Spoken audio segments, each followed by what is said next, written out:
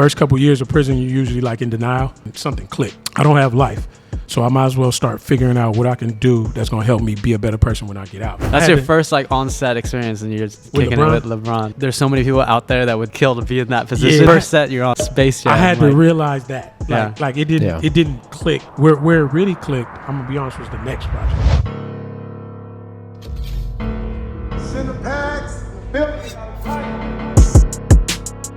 What is up and welcome to the Cinepax podcast. I'm your host, Tyler Casey. I got my co-host here with me, Andy Chin. And today we're here with D'Lo Lewis, originally from Richmond, California. He's got a crazy story. Spent 10 years, is it 10 years in prison, somewhere around there? About like 8 and some change. Yeah. And then came out to Hollywood to work on major projects like Black Panther 2, Space Jam. And now you're a creative executive at Ryan Coogler's company, Proximity Media, producing movies like Judas and the Black Messiah and Creed 3. But now you're also managing artists and directing music videos and short films. Yeah. How you doing, man? Thanks for coming on the show, dude. Thank you guys for having me, for sure. So let's start at the beginning. Like, I feel like you have such an interesting story. So you came from the Bay. What was like growing up like, and like how did you? So grew up in Richmond, California. For those that don't know, it's like 15 minutes north from Oakland. Very small city, but big in character. I say that. And most of the thing, from what I remember, is like when growing up, I didn't have much, but I wasn't like dirt poor. I stayed with my great grandmother. I had clothes on my back and food or whatever, but you don't notice what you don't have till you start going out in the world and seeing what people do have. And once you do that, you're like, okay, how can I get that? That was like my childhood. I want that. And when you get to the point where it's like, okay, what do I have to do to go get it? Now money becomes an issue. And now everybody notices that because it feels like everybody that I grew up with start doing the same things at the same time, like playing sports at the same time. And then everybody realized we were poor. Now we're trying to get money at the same time. We're getting summer jobs at the same time, like a whole city. And then all of a sudden everybody hustles at the same time. So it was, it got progressively like more intense when it came to not having money. Okay. And that was kind of like the whole childhood summed up. Like I say, I did play sports, did go to school. I was fairly good in school. Like I was one of the cats I comprehended very well. So the teacher would tell us what to do, and I kind of like went with that. But it was tough. After a while, they create a pecking order in the city, like who's tough, who's not. And then you kind of like start sectioning off sides. Like you figure out, like for us, it's the northern part of the city, the central part of the city, and the southern part of the city. And I'm from the south side. And the older you get, the more you section it off, and you figure out you kind of like stick with your own kind. But I say like maybe high school was like when things got real intense. When people start dying left and right, it was started to get rough. Like I got a few stories that I wanted to tell about that as well too. But And then when did you decide you wanted to get into like film and stuff? This is like way later in your adult life. Way later. So you high school, you're still in Richmond. I mean, are you comfortable talking about like what happened? Like how'd you end up in prison and stuff? Yeah. So, I mean, it depends on where you want me to start at. Like high school in Richmond. I didn't go, like I moved out here in about 2007, give or take. And it was, I moved with my cousin because I'm skipping a bunch of stuff. But the way I got to LA, my cousin was like, hey, you might as well not be in the Bay because you're going to get in a lot of trouble. So I came out here. What he didn't know is this is more of a bigger playground out here. Oh, really? Okay. Yeah, so I kind of got in more trouble out here, which was, what I would say is like it's always money motivated with me. You know what I'm saying? Like I was always chasing a dollar and willing to do whatever it take. And then one thing led to another. We had the bright idea of, let's just say we were running jewelry stores and things happened. Then I ended up getting 10 years. 2011, I ended up catching a case, getting 10 years, getting sentenced to 10 years. And at this time it was, I won't say it's crazy. It was like, then I look in hindsight, it was like I was trying to chase some money, and I just ended up getting caught. Go to prison. The first couple years of prison, you're usually like in denial. Like you always kind of like accuse everybody, like, oh, he told on me or she left me, or you always make up the reasons why you're there and you're not accepting any accountability or responsibility. Yeah, just putting the blame on all these 100%. Outside factors. Yeah, so it took a couple years for me to realize like, hey, you're the reason why you're here. You know what I'm saying? And when that happened, something clicked. It was like, okay, I don't have life. So I might as well start figuring out what I can do that's going to help me be a better person when I get out, whether that's taking college courses, whether that's working out, eating better, doing things that, obviously would make you, I won't say always a better person, but you're on a path of productivity, and you're not just, self-destruction. It's like I'm standing outside on the yard every day with the homies getting in trouble and all that type of stuff. It's not that anymore. It's more so, hey, I got 5 years left. How much can I gather in my toolbox of skills or whatever, and use it, be able to use this when I get out. And that was when me and Ryan always stayed close. We met when we were like 8 years old, and we always stayed close. So when I went to prison, he found out I was in there, and I was at the beginning stages. I wasn't reaching out to nobody. I wasn't talking to nobody or anything. And he reached out to a mutual friend, and he found out. We started talking, and at the time he was becoming like who he is now. You know what I'm saying? Okay, so for the audience that doesn't know, so this is Ryan Coogler. You guys grew up together when you were 8, you said? Yeah, we met playing for the Berkeley Cougars. I was the quarterback. He was the running back. Wow. We were like 8, 9 years old. Yeah. And that's kind of like how our story started. And it was very like organic. It wasn't like, it was like, hey, you want to come over to my house? I'm like, sure, why not? Yeah. And then, one thing led to another, and we became lifelong friends. Wow. And then, so you said he reached out to you while you're in prison? Well, he reached out to somebody that knew me, and then one thing led to another, and we were like, Sadia, our play sister, she was like, Ryan's looking for you. And I was talking to her, I was talking to a few people, and I'm like, all right, cool. And we got in touch, and it was just, back like we never left. I was just in prison, but he was also becoming, this amazing film director and filmmaker. This was before or after Fruitvale Station? This was right during the time of Fruitvale. Okay. Because I remember sitting in the cell, and we had been talking, and I remember sitting in the cell, and I was looking on the news, and they were talking about how Fruitvale did over the weekend and how great it was and all that. So I wasn't like knowledgeable of exactly what he was doing. I knew what he was doing, but I didn't know the magnitude of whatever he was putting together. Because when I moved to LA, he also was going to film school out here at USC, and I would go to his screenings. I was just going to support him. Oh, really? Yeah, I was out in the streets. I show up drunk, all type of shit. It was wild. He'd be like, hey, shout out, my boy D-Lo came to support me and all that. It'd be like 10 people there. You know what I'm saying? But I was my partner. This is what he was doing. I was coming to support. That was it. But then, like, fast forward, like, as his career grew, he would, what kind of started it, he used to send me like 10 books at a time, like a box of books. He'd be like, hey, bro, I ain't really got time to really read these. Can you read them and kind of like give me a summary? Because at the time, like when I was doing my thing, I'd read a book in like 3 days. Okay. Like just slam through it. And it was like, I guess it was an exercise for me. I wasn't sure how I would use it, but it was just me, passing time. And what I would do was write a summary, write what the book is about, write a summary, write what I thought, and then send it all back, not knowing I was doing coverage. Yeah, so he's like pretty much getting free labor. Yeah, exactly. But it wasn't nothing to me. I wasn't really tripping. But one thing led to another, and he started asking me what I wanted to do when I come home.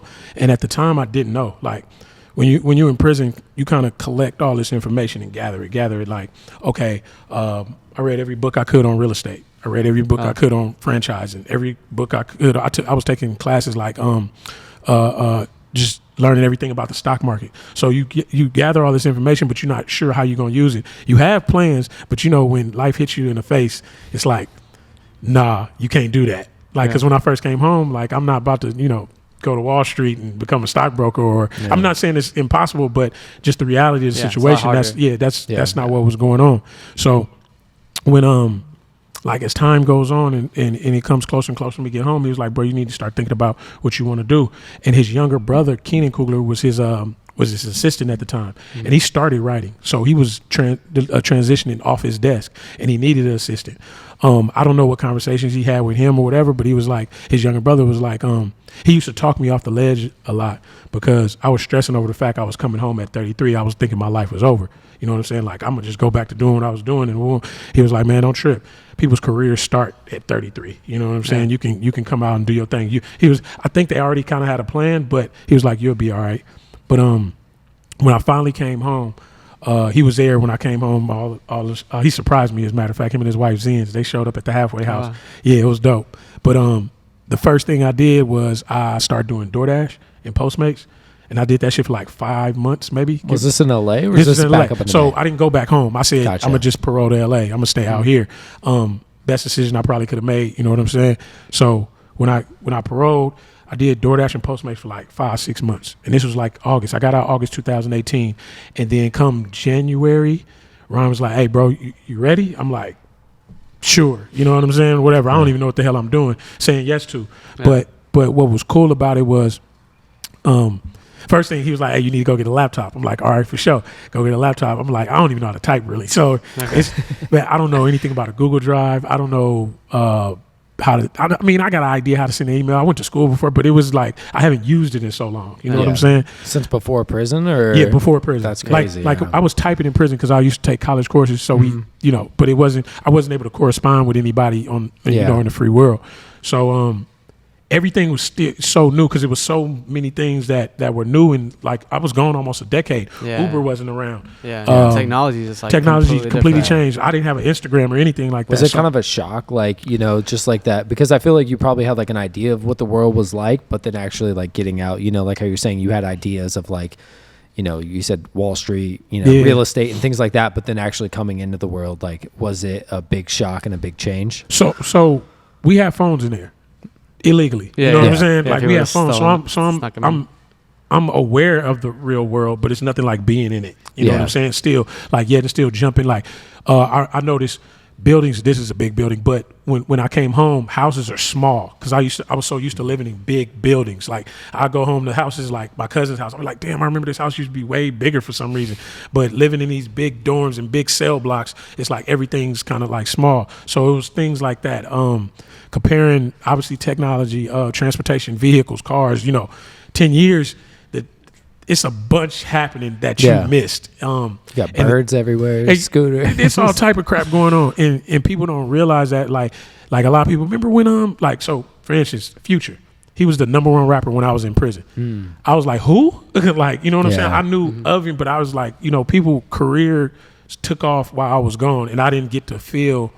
I tell the people like this: I didn't live with that music. Meaning, like, you got dressed, you got drunk, you went to the club, you partied with a girl to Future or something like that. Yeah. I don't got that relationship with his music. Yeah. So it was me catching up on a lot of stuff, trying to get reacclimated. But it's one thing because you feel like you miss so much and you're trying to catch up, but you also got to remind yourself, hey, you're free. Take it one day at a time. You don't got to make up for all that lost time in a week. So you got to chill. But I think doing DoorDash and Postmates helped me a lot because just that interaction with people, even though they're assholes, but they treat delivery drivers like shit. Yeah, so no, for sure. But it was some people that were cool. Like, but it helped me because I remember I got out and I moved to downtown LA on like 6th and Spring, and mind you, it's like it's 2 bars, a club, a 24-hour diner. And just it's always cracking. I remember like one of the first nights I was home, I walked down to the street, and the club line was right in front of the building, and it was so like my anxiety was kicking my ass. It was like I was just so paranoid. I was like, I went in, I looked around, people was looking at. I thought everybody was looking at me, and I was like, all right, I'm gonna just go back in the house. But what I started to do is just start taking walks up the block, just trying to get used to it. So it was things like that, but I think I turned out okay. I still have a little anxiety, but I work on it. I'm very, very self-aware, so I kind of like talk myself down. Hey, we appreciate you listening to the Cinepacks podcast. We actually don't have any sponsors for this podcast. It's all self-funded. So if you want to support us, head on over to our website, buy some digital assets or a lens filter. We'd really appreciate it. Enjoy the podcast. Yeah. But so you were talking about they first had you get a laptop, and then so you were just like, you kind of just dove head first into that. Yeah, what was the job? So obviously I know I'm gonna be his assistant, right? The first thing was go get a laptop, and then we were working up. He had formed Proximity Media with his wife Zinzi Coogler and Sev Ohanian, who's the other founder. And we were producing. Proximity was producing Space Jam: A New Legacy. So he was like, hey, I need you to get a laptop and then go meet Sev and Desi, who was his assistant at the time, at Desi, exactly. Mm-hmm. Yeah. And, he was like, you need to go meet him at the Warner Brothers lot. And I'm like, all right, cool. Like, I'm not thinking another, like, I just walk on the Warner Bros. Lot. I've never been on a studio lot in my life. So as I'm turning the corner, I remember it was somewhere on Olive or whatever. I see the water tower back there. I'm like, okay. Then I pull in, and like when I parked and walked across the street and I got in the gate, it's like a main street. I don't know what it's called anymore, but it just looked like a movie in itself. People moving everywhere, trucks going everywhere, people walking, people carrying props, all type of stuff. And I was just like, oh shit. Like, okay, I don't know what I got myself into, so let me just breathe. But met Desi. Desi kind of walked me through the ropes, helped me out a bunch over the years, and I met Sev, and I remember going into his office, and he set me down, and he kind of asked me, he was like, he just started grilling me, like, what you want to do? What you trying to do? What's going on? What are you doing with your life? I'm like, God damn, I thought I had the job already, but in the co-part, Ryan's not there. Yeah. Like, he's in the I think he was writing at the time or something like that. But I remember they showed me where my desk was at, and the first thing Sev did was like, I heard you've been doing coverage. Here's the Space Jam script. We need notes on that. And I'm like, I know I'm not supposed to have this because I ain't signed shit like an NDA or anything. But it was just, ever since then, it's been like a crash course. You know what I'm saying? So that production is significant to me because it's where I kind of just learned everything fast as I possibly could. Like when I was there for prep, principal, and post, but the thing about it, Ryan was in and out. And so it was me, Desi, and Sev most of the time. But Sev made it a point. He was like, look, at the end of the day, I need you to have 3 questions about the movie industry every day. Like, I don't care how big, how small, how simple, how complex, whatever. I just need you to ask 3 questions so you can be actively learning what we're doing here. Mm-hmm. And I'm like, damn.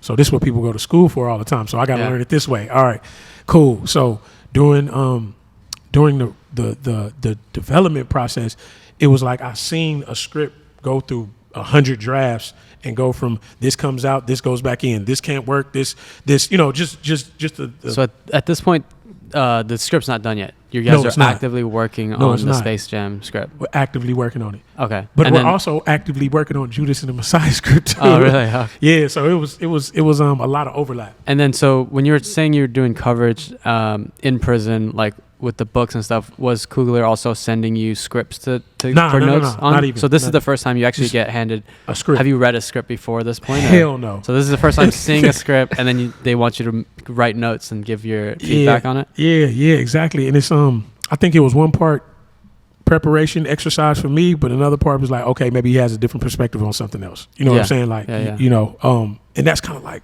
what Proc's like motto is. They value everybody's opinion. Yeah. So even me coming straight from prison, they're like, hey. I mean, you probably got the most different perspective out of everybody. I'm like, that won't work. But also, so I'm curious, like so at that point, like, I guess they're sending you these scripts, and then you're reading. I mean, what's your first thought when you kind of like go over it? And also, like, how many of your notes are actually implemented into like the final thing? Man, would you say? I was paranoid, bro. I wasn't giving like much. No, yeah, I didn't give much back. Yeah. It was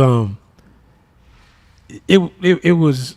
I was just excited to read. I was like, juiced it, but I didn't really have too many notes about it. What started to happen was everything started to go faster during principal photography. Like development, I'm in there in the meetings, all the meetings, taking notes, watching, Ryan produce, obviously this film get made. When we got on set was when the learning really started happening. That's when I started soaking up a lot of game, because Ryan was like, I need you to get in there. And I wasn't aware, like, what do you mean get in? He was like, I need you to get in there and learn as much as you can. So I just took it upon myself. I just started asking hella questions. Yeah. Like director's village, producer's village, hey, what's that? What is that? Hey, what is that? What's our job? What's that? Why are you doing that? I know I got on everybody's nerve. Yeah. Well, I think I did, but what showed me that what it was working was because, like, later on down the line, like 30 days in the shooting, they would be like, "Hey, D-Lo, come here, check it out. Remember when I was telling you about this? Like I'm talking about every department, actually helping, teaching you. Yeah. It's just like when they see you trying to do something and you're genuine about it, I think people like really lean into kind of like, okay, I see what you're trying to do. So yeah, and then the thing is, it's like on the outside looking in of a production, you think normal people are like, oh, it's a director and it's somebody shooting it. That's it. Mm. So when you get it behind the scenes, it's like you see all these different departments. What? So many. The smallest things. I'm like, so there's a person that handles, you know what I'm saying? Yeah. It's crazy. So as I'm learning that, and obviously I'm with LeBron James every day, who's my How's favorite that? basketball player. That's crazy. Like I had to. That's your first like on-set experience, and you're kicking LeBron? it with LeBron. Yeah. That's Yeah, crazy. and the thing about it, they knew who I was. His team Oh, really? knew who. Shout out Randy, Mav, Rich, and Brian. They knew who I was beforehand because Ryan kind of like talked to him about me. And they used to. The joke was, he was like, when I first met him, he was like, he was the one that was in the Army, huh? I'm like, in the Army? What the fuck you talking about? He's like, the Army. I was like, because there was a bunch of people around us, and he didn't want to put me on blast about being in the pen. So he was like, yeah. I was like, oh, I got it. And then he started laughing. So that was like the running joke. But like that, it was, bro. There's some regular cats, Yeah. just with a lot of stuff. So it was one of those things where he actually, their team seen what I was trying to do. Mm-hmm. You know what I'm saying? I'm trying to figure out what is my lane in this. But at this point, were you just trying to soak up all this information because you want to do your job well, or at this point where you're like fully like, oh, I'm gonna get into this as a career? Oh no! I wasn't sure because I was an assistant at 33 years old. Yeah. I was actually just working on swallowing my pride every day. Oh, you know, okay. like okay, be cool, because it would be days I go home and feel like I fucked up, or I dropped the ball somewhere, or I'm not learning enough. You know, it was a lot of imposter syndrome. I say that. But at the same time, I feel like just like there's so many people out there that would probably kill to be in that position where you can, But first set you're on Space Jam. I had to realize that, like it didn't click just yet. Where it really clicked, I'm gonna be honest, was the next project. Yeah, and then which one was that one? So after we done with Space Jam, which I mean I felt like I was involved, learned a lot. We ended up going to Cleveland to shoot Judas and the Black Messiah. And the reason why I say this was very significant because not only did I felt like I knew some shit by then, so I felt more comfortable on set. I knew who, and as an assistant, my job is to be the buffer between Ryan and the rest of the crew, the rest of the world. Not in the sense to keep him away, but I need to know everything going on so I can feed him the information, and at the appropriate time. So I knew who was what. I knew who to go talk to get certain things. I knew what producers handled this. I knew line producers. I knew. I was figuring my way, and what happened was we go out there, we prep for like 30 days. And he was like, all right, I think I'm about to leave. I'm like, okay, cool. I'm like, we out of here. He was like, no, I'm going to leave you here. And I'm like, don't tell me you trying to leave me in Cleveland. It's cold as shit here. Like, it's a crazy town. It's very crazy. But what happened was Chairman Fred Hampton Jr., we're making the movie about his father, me and him kind of clicked. You know what I'm saying? He did like 18 years and like 8 of it in solitary confinement, some crazy stuff like that. And he found out about, my background. And matter of fact, he just texted me this morning. It's crazy too. Just to say what's up. He was a consultant on the film. So my job, like unofficially, was like to become the liaison between him and the director. At night, me and Chairman would go through the script and he would like, hey, that wouldn't work. That wouldn't happen. Just running. And I got to take this running list over to Shaka King, who's the director, and be like, hey, Chairman said this, that, and the third. And he was like, bro, I got to make a movie. This has to happen. And I'm like, I got to run back over here. And Sev and Desi were there with me. But I was like, me and Chairman were rocking in a sense. We were with each other every day. Like I drive him back and forth to set. We stayed in the same hotel, the whole nine. So I had got another crash course in producing, creative directing, creative producing, writing, the whole nine, just learning, going back and forth between those individuals, because we had to marry cinematic value with authenticity. And sometimes that line is super fine, and like when you cross it over, you lose you're going to lose something. You know what I'm saying? And I had to try to explain to Chairman, is like, okay, in a film, we have to do things a certain way. We can try to accomplish this shot. We can try to get this in and convey this certain message. But at the same time, in order for this to be compelling, in order for this to be captivating and people want to go, spend their money to watch it, this has to happen. You know what I'm saying? Yeah. For example, one of the big arguments is about Daniel Kaluuya crying when he was in prison. Yeah. And Chairman was like, I remember this conversation. He was like, man, Chairman wouldn't, he was like Chairman, which he called his father. Yeah. He wouldn't have cried. He ain't shed no tears, whatever. And I remember Chairman, he was like, D-Lo, you ever cried? I was like, bro, I ain't never cried. I've been hurt, but I ain't never cried in prison. He said, and I was like, I don't think that was helpful for the conversation.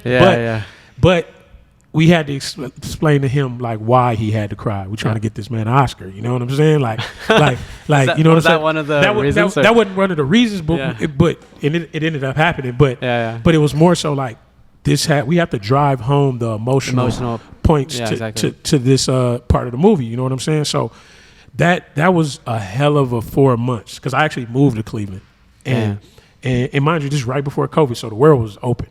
Yeah, and we partied. We shot, we conquered, and I feel like we did a great job. And I came out of that like, okay, I think I can do this because the doubt is in your head because what you don't know. And then once I figured out what I can do and what I was capable of doing, like on a major motion picture where I can go between the director and a consultant of who it's exactly about and hold my own, I was like, all right, let me figure out where's the lane. What exactly do I want to do? And I kind of had to put that to a pause for a minute because the next project we were on was Wakanda Forever. Yeah. And the crazy part about that was because I was in the pen for the first one.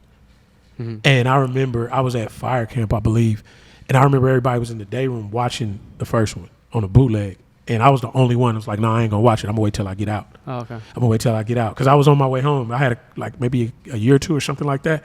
And I was like, I'll watch it when I get out. And I remember walking past the day room and I hear it, but I don't see it. And I'm like, man, that shit sound like it's good. but yeah, crazy. So fast forward, Wakanda Forever. The plan is we move into Atlanta to shoot this. We started prep out here, but we move into Atlanta. We go to Atlanta, and the plan is to shoot Wakanda Forever. Then the next up, we're gonna shoot Creed out there, right behind it. Mm-hmm. Wakanda Forever was different because I have to be a director's assistant, and the director's assistant has to be on his hip at all times. I had to learn how to do that. You know what I'm saying? Most of the time, I'm on set by myself. The last two projects, I was doing my thing by myself. As a director's assistant, I have to be with him everywhere he goes. I have to basically know what he's getting into every moment of the damn day unless he's asleep. You know what I'm saying? So it was a lot of pressure. I did have another assistant that was his wife's assistant. Me and her like interchangeable. Zitra, we was in the trenches. Like this was a behemoth of a project. Not only the fact of it being, you know, the part two of $1 billion project, but a $1 billion grossing project.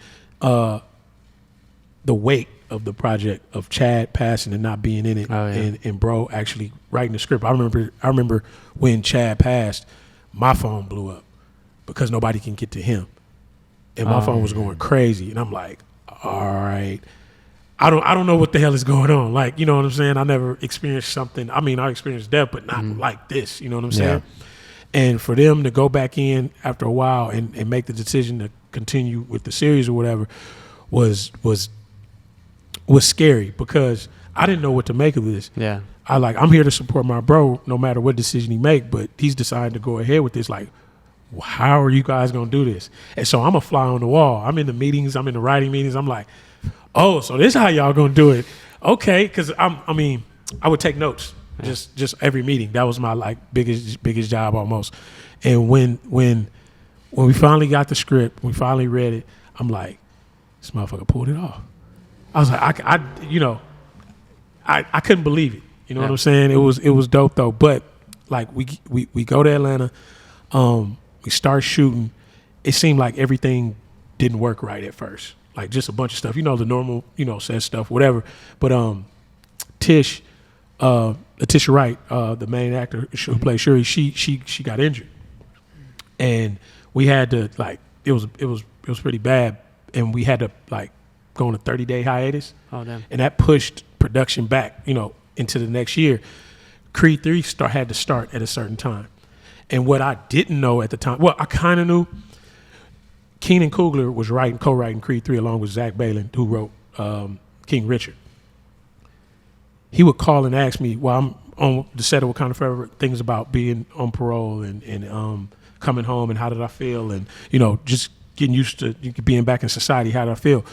He was like molding the character around my experience. Because Creed 3 is inspired by me and Ryan's relationship where one cat goes to prison and comes home, and then one cat becomes like super successful. Yeah. Crazy, yeah. So with that being said, it was like like Ryan was like, I think I need you to go over there and, you know, be a cultural consultant. And I'm like, the hell is that? He like I'm an assistant. I know how to do that. But he was like, basically just help with Mike, help Jonathan Majors and Keenan and the writers and all, you know, bring some authenticity to this character. And that was my job.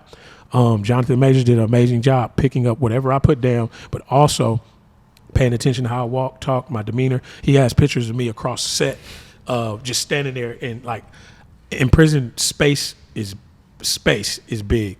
Like excuse me, pardon me. People are very well mannered in prison because one inkling of disrespect can, you know, turn this whole place upside down. And he picked up on all that, and I feel like he did an amazing job, you know, conveying that essence of a person coming home from prison. You know what I'm saying? Very disciplined, you know, even though, you know, it's a little exaggerated at times, but Sure. but that's him being an amazing actor. And me not knowing like how much I was involved in the story at the end of the production, on the last day, Ryan, Zinzi, and Seb, they called me. They FaceTimed me. They wanted to get on Zoom. And usually when that happens, they want me to have a tough conversation with somebody on set. Like, you know, go explain something, note or just whatever. You know what I'm saying? So when they did it, they was like, oh, yeah, how's everything going? I'm like, it's the last day. We done. It's like, it's over. They was like, yeah, so you're going to get an associate producer credit. And I'm like, okay. You're like, what's that mean? Like, I'm clueless about credits. I mean, I know about them, but I don't know the importance of them and how, you know, a long line of credits can lead to your next job. You know what I'm saying? It's experience. It's the whole nine. But when they told me that, I was like, okay, that's cool. But I would during Creed 3, a couple of things happened. So the first thing happened was realizing I can do this for the rest of my life. Yeah. And the reason why is... Oh, so it wasn't until that movie that you were like, oh, this is because like we would career. be on Zoom calls with, I don't know if you guys are familiar with the Winklers, the Irvin Winkler, produces all the Rocky films and all that. Okay. Big family. Irvin Winkler's, I don't know, he's pushing 90 something. You know what I'm saying? He has to be. And he's on Zoom calls giving notes that makes sense. Yeah. But also like, hey, you guys are young. Tell me how it goes. Like he's aware enough to not be stuck in his ways. Yeah. Yeah. And he's old too because he have the camera up his nose. Like, like it's never on Irwin like at all. A toddler with an iPhone. Yeah, he just have it sitting there. But the fact that he's still doing this for this long at this level, it's like I think I can do it. Yeah. Because everything else has a finite time, like football, anything physical, any labor. Like you're not doing that for a long time because your body is eventually gonna tear you down. It was a twofold to that too. Because when I was in fire camp, I was like, hey, I've done the most grueling work you can possibly ever do, and I was like, wait, what's fire camp? What's fire camp? Yeah, fire camp is prison fire camp is a bunch of inmates that get to go to a camp and we fight all the fires up and down California. Wow. Oh, yeah. So you guys are like firefighters. I was a firefighter for like 2 years. Where were you putting crazy. fires out at? Well, not putting fire. See, people fail to realize you don't fight fire. You contain it and hope it burns itself out. Everywhere up and down California. I'd have been all the way up to Oregon, all the way down to San Diego, like everywhere, like wherever they call you. It's a bunch of camps all over California. Okay. But I was like, at camp, I was like, man, if I can do anything to use my brain and not work this hard again, I'm going to do it. Yeah. And like, boom, movies came up. I was like, I could do this. Hey, real quick. Didn't know if you knew this, but Cinepax actually has 3 studio locations in Los Angeles. If you're a filmmaker, photographer, and you're looking for a studio space, look no further. Cinepax is here. We have one location in South LA that has multiple music video sets, has a small LED wall. We have an entire vintage house in East Hollywood. We have a large LED wall studio in North Hollywood as well, with tons of standing sets. You can check out the studios at cinepaxstudios.com or check us out on Instagram at Cinepax Studios. Enjoy the rest of the episode. Wait, so I guess when you were working on Creed, we could probably pull up some of the clips too. Yeah. Want to pull up Creed, Josh? We could load up, but you asked your question. Yeah. You guys made the script based off of your life somewhat, but did you know that was always the plan? Like how? Like, how did that kind of, like, you got the producer credit at the tail end of this. Yeah. So yeah. they were just, did they ask you about your permission to use your kind of, like, how did that all work? So I read it was two scripts at first. It was Zach Bailey's script and Keenan, and they kind of blended the scripts together. Yeah. I read both of those, but after that I didn't, like, I was unaware because I was still working on Wakanda Forever. Mm-hmm. I was kind of out of the loop. But Ryan told me about it. He gave me a hint about it, and then Keenan told me about it, and I was like, "Oh, okay." So they never even asked you. It was like, hey, "Can I Hell use no, your?" They just, asked me. they just took notes about you being in prison. And No, it's not even taking notes. They know me. They're like, It's like, we're gonna use that. We're gonna use that. Yeah. And then told you later. yeah, exactly. So we need your help. Yeah. yeah. But it's all good. I mean, it's the family. yeah. And then when you hung out with Jonathan Majors to, like, for him to get, like, absorb your character. Yeah. It's interesting too because when I watched it, I definitely saw a lot of mannerisms. Like, I felt like I was like, okay, that's interesting because that's, like, the way you pronounce a certain word or something like that. Yeah, but you also got to understand. I'm from the Bay Area. I've Yeah. been around LA culture a long time, Yeah. but I'm not from LA. So there were people I would have to call and be like, hey, if he said this, how would he pronounce this? You know what I'm saying? So I did my homework as well. Okay, cool, Yeah. crazy. I'm gonna take all the credit for it. So we pulled up a couple clips. Which one's this one? This was the fight scene. So you were on set for all these, Yeah. right? Yeah, we on set. This is probably one of the craziest, like, fight choreography with, like, it's like a robot arm scene. It's a robot arm. How many takes did that take? Because that looks like it would have been so hard to choreograph with the timing and. Yeah, we were there all day. Was it just you spent an multiple day for this one shot, or is it? Not necessarily this one shot. I can't remember exactly how long, but we were working on it for a while. You know what I'm saying? Because first you got to dial it in. Yeah. And then if it doesn't look cool, then you got to make adjustments. Yeah. So we were dialing this in for a while, but it was well worth it. Yeah. It was definitely worth it. Because when I came in that day and I seen the arm, I was like, oh shit. I knew what was about to happen. Was that your first time seeing a robot arm like that? No, it wasn't my first time, but it was I knew we were doing something different. I'll say that much. I knew we were doing something different for sure. Yeah. Yeah, it was amazing though. Because I remember, I think I read somewhere that, like, because Michael B. Jordan directed this one, right? Yes. And he was saying that he wanted to make the fight scenes more kind of like anime style or like kind of more stylized. Bro, this movie was heavily influenced by anime because he's an anime fan. Okay. And he took the biggest risk on earth. Yeah. Implement because there's a lot of scenes in there like the void where the bars ending? come up, the bars and he getting punched up against a mattress. I think that's like the ending scene. Yeah, like it's the final fight. Okay, the final fight. Yeah, the final fight. Yeah. Man, he took the biggest risk. Yeah, and that was the paid craziest. off. Like, it paid off most stylistic. because his idea was like, it's 100 Rocky movies. Like what can I do different, to make this one stand out? You know what I'm saying? And he put his own twist on it, which is filmmaking. You know what I'm saying? Like, I actually took, that from him as well. It's like when I start, I'm like, okay, every story's been told on Earth 100 times. How can I put my stamp on it? Yeah. And I think that's what Michael B. Jordan did to Creed 3. And how was that working with him? Like, were you just a consultant on that one? You weren't the director's assistant for that one? Or No, I wasn't. I wasn't his assistant for that one. Okay. No. Did you have any other roles on set, or were you really just working with like Majors? Yeah. Most of it? I mean, it was mainly Majors, but I also participated in notes for the story. So our company was producing it. So I was also a creative exec. So so you're exec at that time already? Yeah, exactly. Okay. So yeah, crazy. At what point were you but did you actually get like a creative exec role at the company?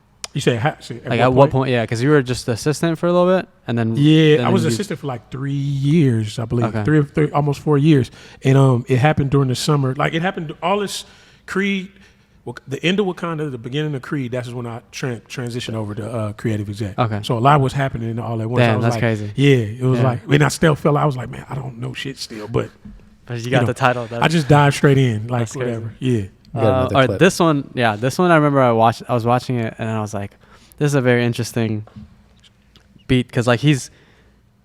Oh yeah, this Majors here. It's all me. That's kind of what I was thinking. I was like, okay, this is all like all this is me. Prison style, like kind of like training and stuff. I helped dress the room. I helped. That was me. I was like, bro, we used to clean our clothes like that. Like we would put our socks on the hand. Yeah. So he's still institutionalized. Like he doesn't have a washing machine. You know what I'm saying? Is that something that you did when you came home? You were washing your socks in the sink still? No, I was not. I had a washing machine in my apartment. Yeah. But I mean, so this scene, you came up with the scenarios and stuff, and then they put in the script. With the scene, and my job was to make it authentic as possible. Okay. So that was it. That's the credit. What I'll take, I'll be like, okay, this would, if he was in a halfway house, this what would happen. If he was had an ankle monitor on, he'd be doing this. You know what I'm saying? The boxing part was all him, but just the intense moments of him doing push-ups and stuff like that. Yeah. Just like similar like workouts and like similar routines and whatnot. That for sure. Yeah. So, and then we got one more clip from Creed, but this one I don't really have a question for, but I just like it because well, you'll see. All right. I mean, this is like a wonder, right? So this 100%. Were you there for the? Yo, you were there. I mean, yeah, you were there for this because you see a little Easter egg. Oh, that's crazy. D-Lo in there, but this is a pretty cool shot because we start in the car, we go inside. Yeah. I mean, how long did it take to set this scene up? Man, you know Warners. It take. Was it multiple days too? Because I guess I've never been on a. Well, no. This is one night. One night for this one shot. Yeah. Yeah. Well, the one night when it cuts, when we get to inside the by the ring. Then it's Yeah, that was another day. And we got D-Lo in the back right there. So you're just sitting. How many takes did this take? You're just sitting there in the. So with my end of the shot. So how this happened, right? So Joe, the one that was cutting hair. I'm over at the monitor. I'm watching the scene. Like I'm if I need to give some notes or whatever. And Mike comes over there and like, hey, I need you in this scene. I'm like, no. I'm like, nah, I don't do it in front of the camera. He's like, bro, Joe wants you there. Because Joe was like, man, tell D-Lo to come in here with me. And I was like, bro, I'm not even dressed. I need a haircut. He was like, exactly. So I'm like, because when we shooting, most of the time I don't really get a haircut. I'm just, it is what it is.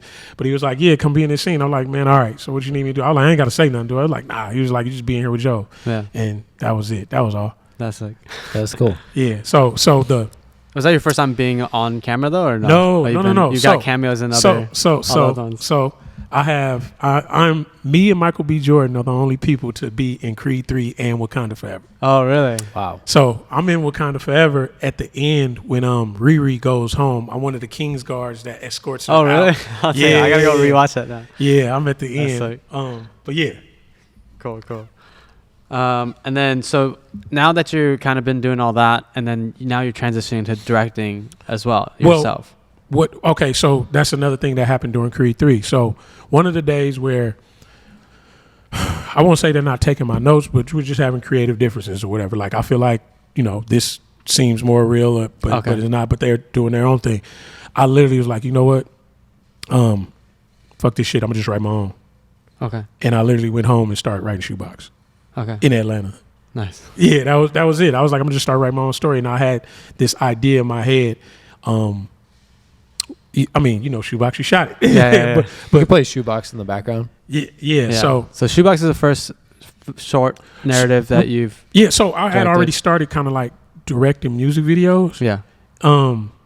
For my younger brother who does music and OG Dave, who's Ryan's younger brother. Shout out OG Dave and Photo to the Stove. I start. At first, I started like not directing, but like writing them at first, and I have ideas for them. But then writing the music videos or writing music for video, okay. the music videos, and then when like Stacking Memories, Dave and Chris, our partners, they like I started working with them, and then I started giving them the ideas, and they be like, "Oh, that's dope." He was like, "You got a storyline for it?" And then we'll just go back and forth all the time. We became close.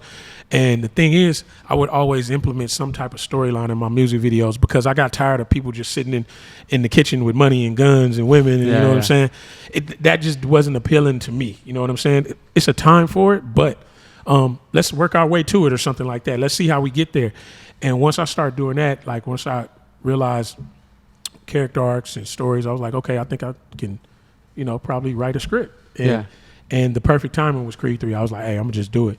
And I just had this one idea in my head, the scene where we were seeing the two older James look at each other. Yeah. That was all I had. That was it. And I was like, how the hell do I built the whole story? How do I get? Yeah, I built the story backwards. I was like, how do I get a character up to that point? And then that's when I was like, reading books, YouTube University. Obviously Ryan and all the. Did you pass like the scripts over to Ryan and So other people at the company and stuff My for thing, notes at all? Or no? yeah, not at the company for most part, but like Ryan for sure. But the thing is with him, it's Ryan Coogler. I'm not about to bother him with like my first draft or anything like Sure. that. Yeah. Yeah. I made sure I got it to a point where I was comfortable with. Like even if I seen this draft shooting, that's when I went to him and be like, okay, bro, you know what I'm saying? And that's kind of like the thing we have now. Like he used to be overprotective of the industry as a whole, like you know the bullshit that can happen in it. But as a creative, he's kind of hands off with me. He lets me find my way, and then when it's time for me to, hey bro, this is what I got, that's when we kind of like go to work. You know what I'm saying? We'll sit down and talk about it. So he's not with me every step of the way. I think he did that on purpose, kind of let me find my way. You know what I'm saying? Because he wasn't involved in this one at all. Nah, not at all. Yeah. Not at all. Not at all. He got a special thanks. That's it. Yeah.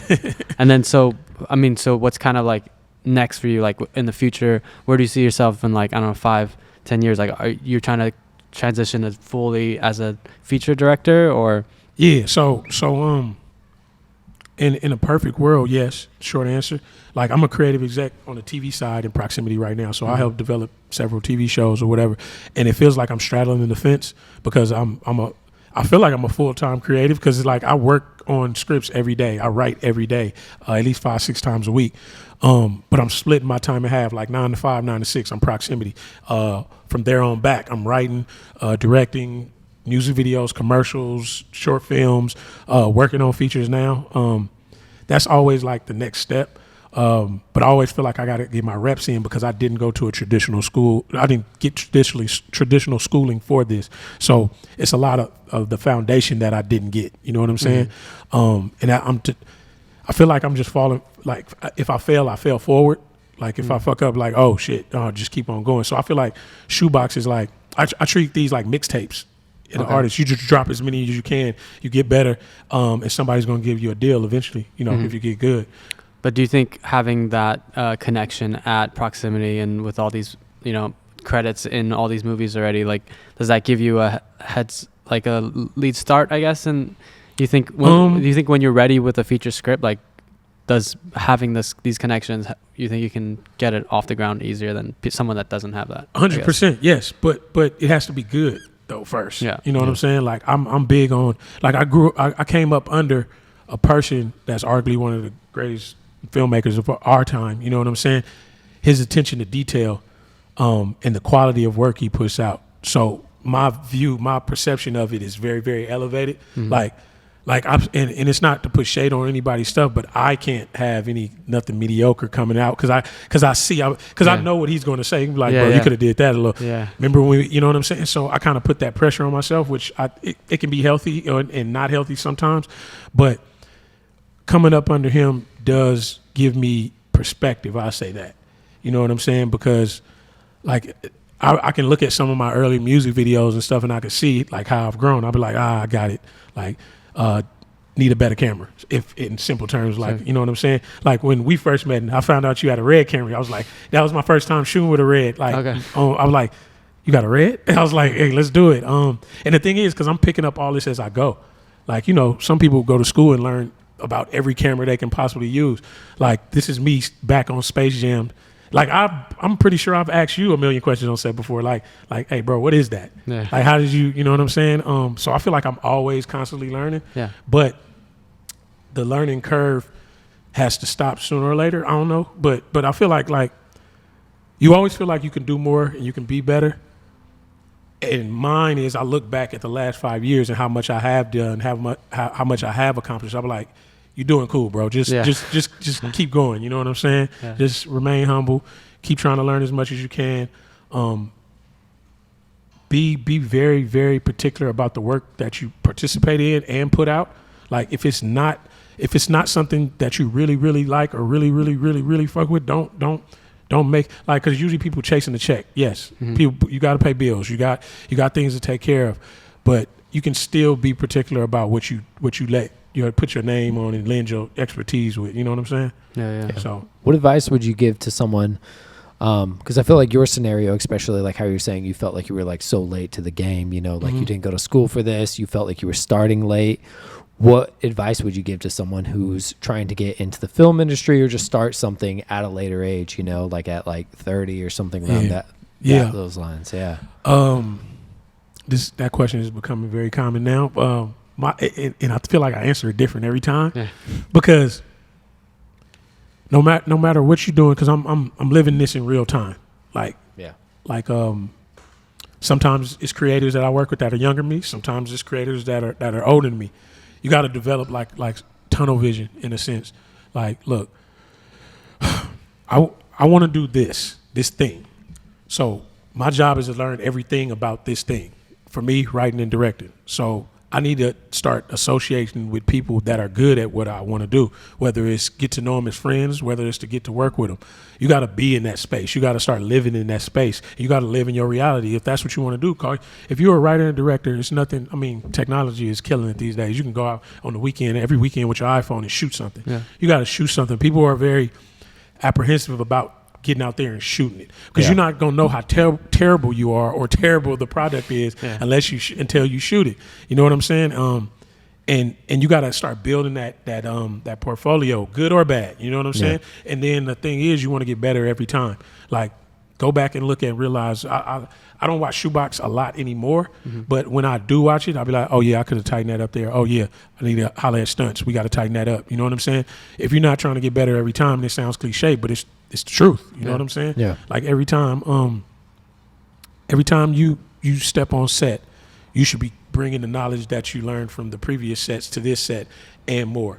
And don't be afraid to hire up, like the thing with being a director is like I bring amazing people around me to help this vision come to life. You know what I'm saying? Yeah. Like I don't know everything about a damn camera, but I bet the person next to me that my DP is going to know everything. You know what I'm saying? So that's a big thing of just start building your community. You know what I'm saying? Yeah. I think we got to wrap it up, but I got one more question, I guess. I mean, so just because your story is so crazy, like, do you ever regret like doing the time or like, I mean, I guess robbing the jewelry store and all that stuff, like that part of your life, because it ultimately got you to where you are now. Like if you didn't do all that stuff and you had a completely different path, if you didn't get locked up, if you didn't get caught, you might still be doing a complete, like, I would be doing something else probably. I don't know. You know, hindsight is 20/20, but not in a sense like that. You know what I'm saying? Like, so I look at it like this. I went to prison because I needed to sit down and recalibrate, get my shit together. In prison, once I got my shit together, I started getting time knocked off. Okay. If I didn't do that, I would have missed Space Jam. Yeah. I wouldn't have got that. I would have came in Judas or something like that. I wouldn't have had that under my belt. No telling when or where, but I would have missed Space Jam. And Jonathan Majors, we talked about it. He was like, hey, your freshman year was Space Jam: A New Legacy. Your sophomore was said Black Messiah. He was like, junior year was Wakanda Forever. He's like, senior year, Creed 3. He's like, you done with school, so you good. And when you think about it like that, it was like perfect timing. Mm-hmm. You know what I'm saying? Yes, I could have avoided prison, of course. Yeah. But if I would have avoided prison, there's no telling what I would have been doing. Yeah. You know what I'm saying? Like I had to get sit down because normally you moving too fast when you get sit down like that. Yeah. So crazy. I mean, I wouldn't change anything. Yeah. I'm trying to, do some more great stuff. Yeah. Awesome. Yeah. Is there anything you want to plug or promote at the end of the podcast? Things you want people to check out? Like upcoming projects, maybe. Oh yeah. Stuff to look out for. Yeah, I got a new project that I'm working on. It's called Announcements. I'll give you a little context behind it. When I was in high school, they used to announce who got murdered over the weekend of the Monday morning announcements. And that was a very traumatic experience for me, my friends, my fellow classmates, the whole nine. And me being a creative and on this therapeutic journey of some sort, I felt like it was a story somewhere there. And what I did was create a story with 3 consecutive Mondays where death gets closer and closer to a student, and we deal with all the stuff around it. So it's pretty intense, pretty heavy, and it's like a LA Bay Area thing going on, so which is always a crazy dynamic. Hopefully Andy can shoot it for me. I'm gonna ask him. That I'll plug that. People can follow that at the Announcements Film on IG. They can follow me at dlo.lewis. That's at dlo.louis. We'll link it all down below too. For sure. Appreciate that. But yeah, that's what's cracking right now. Sick. Well, sick. Thanks for being on the show, bro. No, thanks for having me. Appreciate you guys. Appreciate it. Yeah.